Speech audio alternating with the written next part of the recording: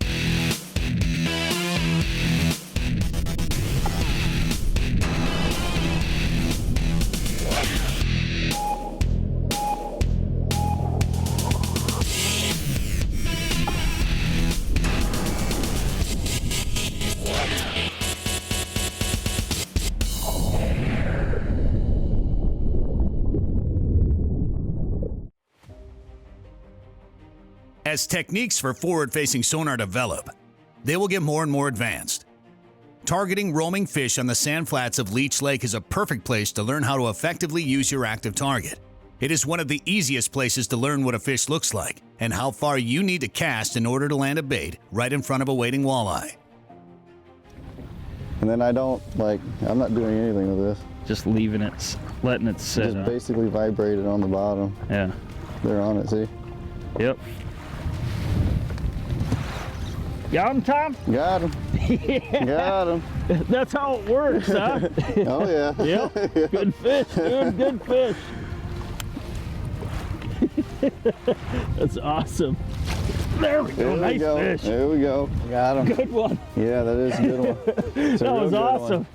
That was awesome. I mean, you were just scanning, just cruising like that. Yeah, like you said, and there were 3 good marks, and just kind of sat on it. Yeah, that's it. And then you just you cast to them. If they don't look active, if they don't go down to it, just move on to the next fish. That's pretty awesome. Don't waste your time. Yeah. So, yeah. Nothing crazy. I mean, just live bait. We're just cruising on a flat here and just looking for some fish. And certain times of year you just got to go out there and use live bait for your fish, and like when they're not active, it's just a finesse and can't beat live bait. Well, sometimes. let's pick them apart. Let's get that one back, buddy. We'll get them back.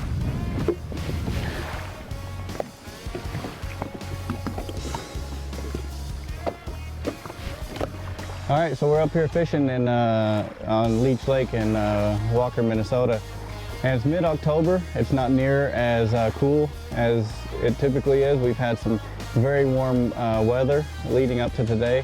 And the water temps are still in the low 60s. So the fish aren't really set up in their true fall patterns yet, but they are starting to move up into these shallow flats because they know the bait will be here soon. So they're looking to fatten up for the winter. And what we're doing today is we're using, just being simple with it, jig and minnow.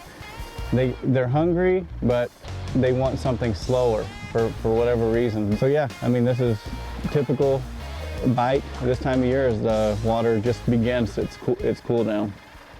The next bite is brought to you by Mercury Marine. Go boldly. Schaefer's Specialized Lubricants. Putting equipment first. Tracker Boats. Fish the finest. Bass Pro Shops and Cabela's. Your adventure starts here. Berkeley. Catch more fish. And Power Pole Total Boat Control. Closed captioning for the next bite is provided by Precision Trolling Data, the authority for crankbait diving depth information. One of the hardest things about using forward-facing sonar is knowing how far to cast. It's cool, but the way we have it set up, you definitely got to have it on the right type of foot pedal to really make sense of it. You do, and then just, you know, you're in the wintertime, practice your distances in your backyard and you'll be good.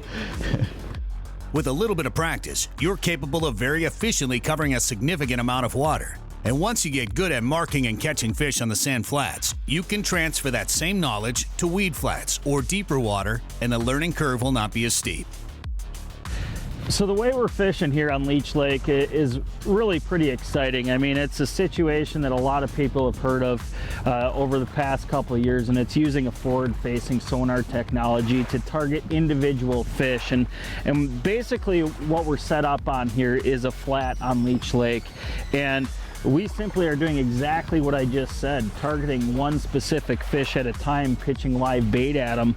And so what Tom's just basically been doing is cruising around this flat, waiting till we see a mark. And you can actually see on active target here, there's one right here.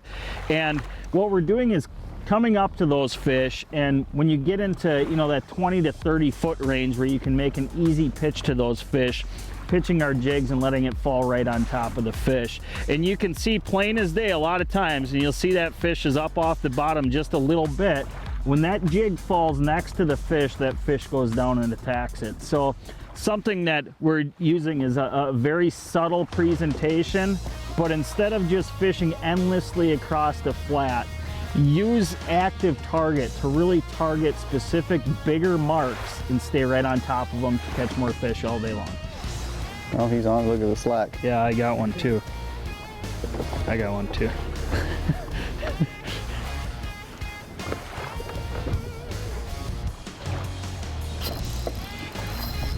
Got mine. You gonna be doubled up here? Yep, got him. Oh, that's a pretty good one, actually.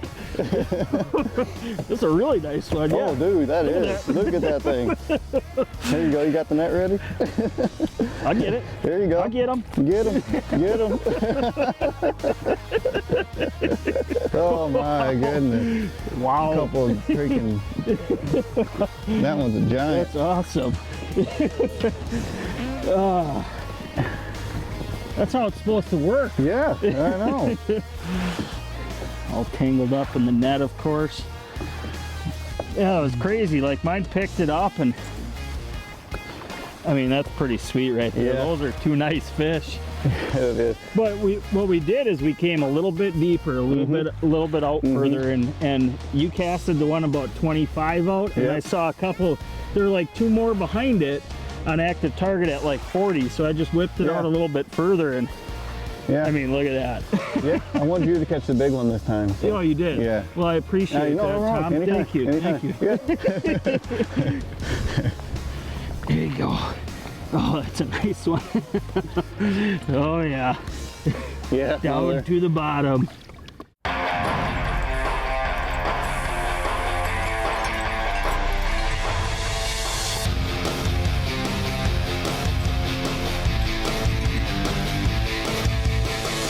Total Control, presented by Power Pole. 20 years of trust evolved from Total Boat Control. For a walleye angler, it's really important to concentrate on contours, drop-offs, right? Everyone knows in the summer months in particular, or in the fall, walleyes like to hang on those sharp breaks.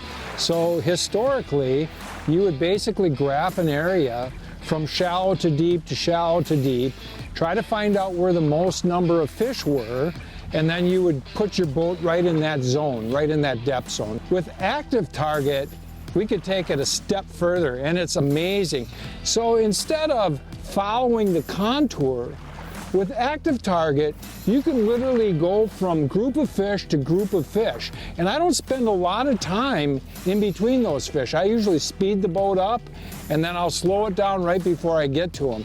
It's amazing how much water you can cover and how many fish you can catch. With forward-facing sonar, I've had success in the last year, 14 months or so, using this, and my preferred mounting method is on the trolling motor. The reason for that is I'm able to control it with my foot, keep my hands free, and it takes a lot of practice. It really does. Being from a bass fishing background, I am used to being up here, so it's just a no-brainer for me to put it up here. Put your time in with your electronics, with your forward-facing sonar, and you will, I mean, eventually, this is going to become second nature to you. You're going to be able to be more successful on the water. There's a great debate about where the most effective place is to mount your active target transducer.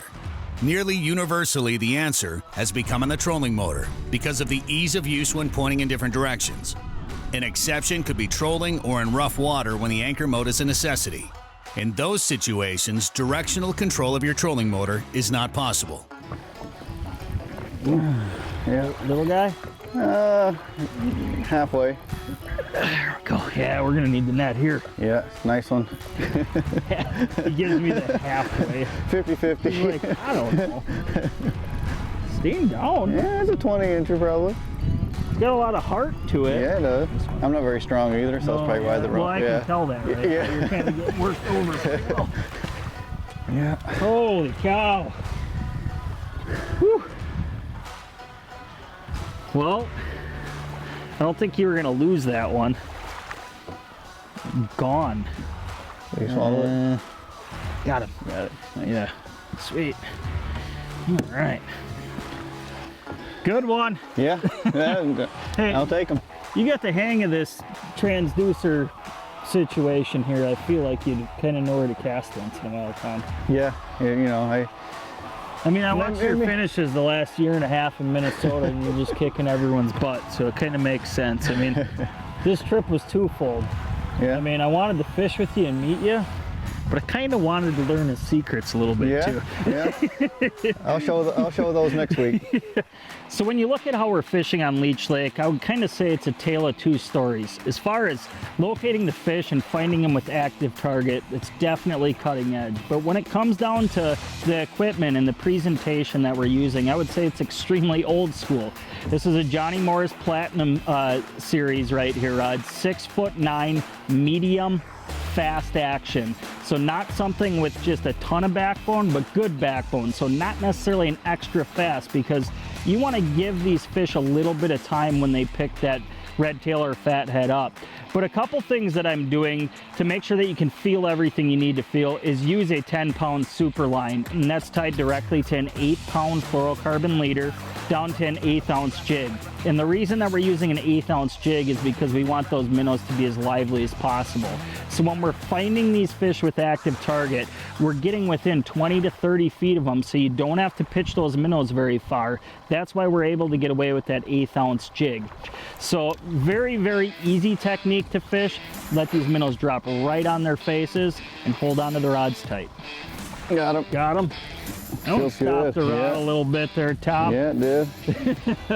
See, you put a red tail on. Yeah. Like, where did I called it? I'm like, in about 3 minutes you Yeah. should have one. It might have been 2.5. Yeah. Yeah. Dude, yeah. On the red tail. Oh. Yep, this is a nice one.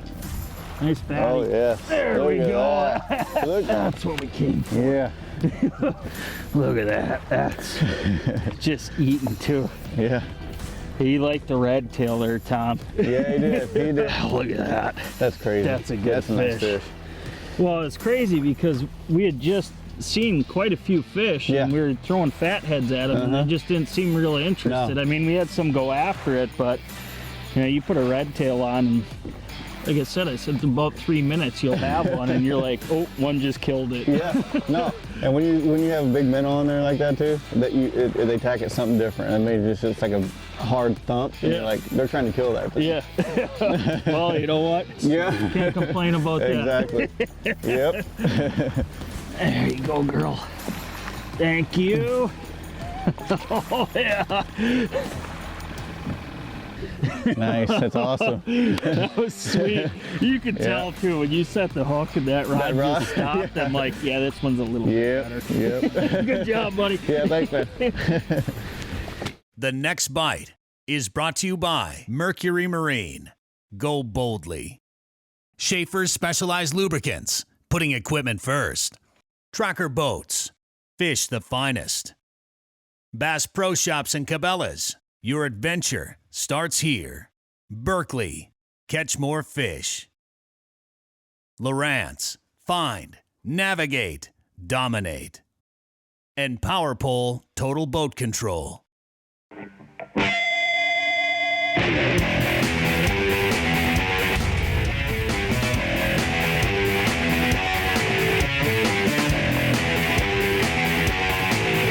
Hot topics, leading information and tackling techniques to make you a better angler. Presented by Mercury.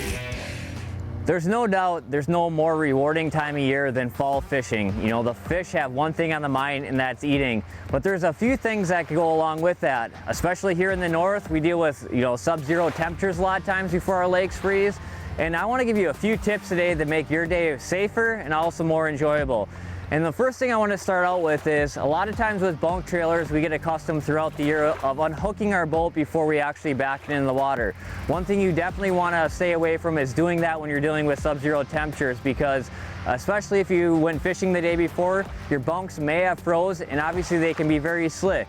So what I like to do is back my boat all the way into the water, and then I unhook my boat from the trailer. And a lot of times I'll actually hop in the boat and start the engine to get a little heat in my engine before I actually go to power off the trailer. A lot of times what this allows me to do by the time I go to the front of my boat to unhook it is, if my boat was froze to the trailer, it also gives me a little more time. Another thing you want to do as you pull your boat or trailer out of the water is you want to stop at the water's edge with your tires and allow majority of the water to drain from your trailer. A lot of times 30 seconds to a minute is all it takes. Well, what this is going to do is give you a drier boat ramp, not only for yourself, but also for the next guy. What you don't want to have happen is a glare slick sheet of ice when you go to pull your boat out of the water. A lot of times even carrying a little bit of sand can go a long ways, and a lot of times in those situations. Another thing that you have a lot, like we have here today, is a lot of times the docks are pulled from the boat ramps because it is almost that time of year when the ice is going to form up here in the north. A lot of times a simple pair of just knee boots or even waders sometimes can make your day a lot more enjoyable, because you can't always quite get your boat all the way to shore. And so just a few of these tips today can make your day a lot safer and also more enjoyable for this cold water experiences. When learning new techniques, it's important not to forget the basics, like using the proper equipment. Very clear water often requires a fluorocarbon leader that doubles as abrasion resistant against rocks, zebra mussels, and fish with teeth. So one of the most common questions that we get is what type of connection knot between superline, mainline, and a fluorocarbon leader we like to use. And we've covered it at length, but it's always a good thing to kind of go over, because if you tie the knots incorrectly, they're going to pull loose. So you might get that fish of a lifetime on. You want to make sure it gets into the boat. So the knot that I like to use is an Albright knot. And what you want to do is you have your fluorocarbon leader, whatever length, depending on your presentation that you're going to use, and you hold a loop in that. And so you're going to take that super line and go right through the fluorocarbon loop. And then what you want to do is you're going to hold that fluorocarbon loop, and you're going to take the super line and go around both sides of that fluorocarbon. I'm going to go around it about 15, 16 times, as you really want to pay attention which way you came through that loop. So I want to take the tag end of the super line and go right back through that loop that I've been holding, the exact same direction that I went in. You wet it, and you're going to tighten it up, basically cut the tag ends off. But what you have is you have a nice tight knot that can go through the guides of your rod. Cut those tag ends off, you're all ready to go. So the Albright knot, try it out. Definitely try it inside in no wind first, but it's going to get you all the fish you need into the boat as long as you tie it correctly. Yes. Yep. Feel good? Yeah. So I think he's far enough out there that it feels decent. Yeah. He's acting like a better one, not doing much right now. Yep. Oh yeah. Yep. There we go. Hey, you were pretty close there, Tom. Yeah. Based on the active target, you judged its length, and Boy, you weren't too far off. Definitely a good one. Oh man, Well, and we that's a worked nice this fish. one for a little bit too. I mean, we made probably 5-6 casts at it. Yeah. Because you're like, that's definitely a good mark. And he didn't have, boy, he was hooked good. Come on. He wanted the bigger bait too. Yeah, he didn't have a lot of, you know, interest in the first couple casts, but that last one I did, we saw the jig just drop pretty much right on its head past it, and followed her to the bottom, and you're like, if that one eats, it's going to be a good one. Yep. You're right, and I shouldn't second guess you. This is your state, Well, man. you know. You catch walleyes in this state, Tom. I've got a few. That's a great one. Beautiful fish. Nice job. Come on. Thank you. There we go. Oh, no. My minnow swam. Do you still got one? Yeah, I think so. Yeah. Oh, yeah. Yeah. Just hand line. Hold on. Tom Huynh doesn't use rods. No. Fucking hand line. He was on there. Oh yeah, he's on. Yeah, he's on there. Got him. Got him. Yeah. Little bugger. Yeah. Yep. The minnow's bigger than he was. Yep. That was weird. We were watching it. It didn't even look like it went after it, did it? A pike? A pike? Come on. No wonder we didn't see it come get it. Yeah, exactly. We just hacked it. Unbelievable. Somebody say 17? Got him. Little guy. Little guy. I got one on here. Let me guess. It's a big one, too. Let me guess.